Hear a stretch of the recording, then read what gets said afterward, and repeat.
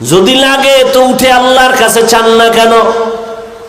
রহমতের নবী আমার এশার নামাজ পড়ে ঘুমায় যাইতেন, রাতের শেষ ভাগ ওইটা আল্লাহর আদালতে নামাজে দাঁড়ায় যেতেন, আল্লাহ পাকের কাছে কথা বলতেন, যা প্রয়োজন চাইতেন। আল্লাহর নবীর জন্য বলেন, ইজা সাআলতা ফাসআলিল্লাহ ওয়া ইজা ইসতাআনতা ফাসতাইন বিল্লাহ। যদি কিছু চাও কার কাছে?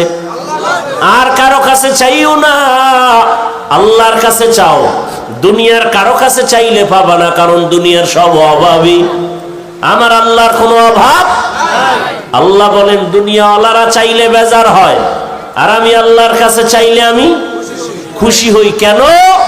দুনিয়ার সবাই অভাবী, আমি আল্লাহর কোনো অভাব নাই। ইয়া আইয়ুহান নাস আনতুমুল ফুকারাউ ইলাল্লাহ ওয়াল্লাহু হুয়াল গানিয়্যুল হামিদ।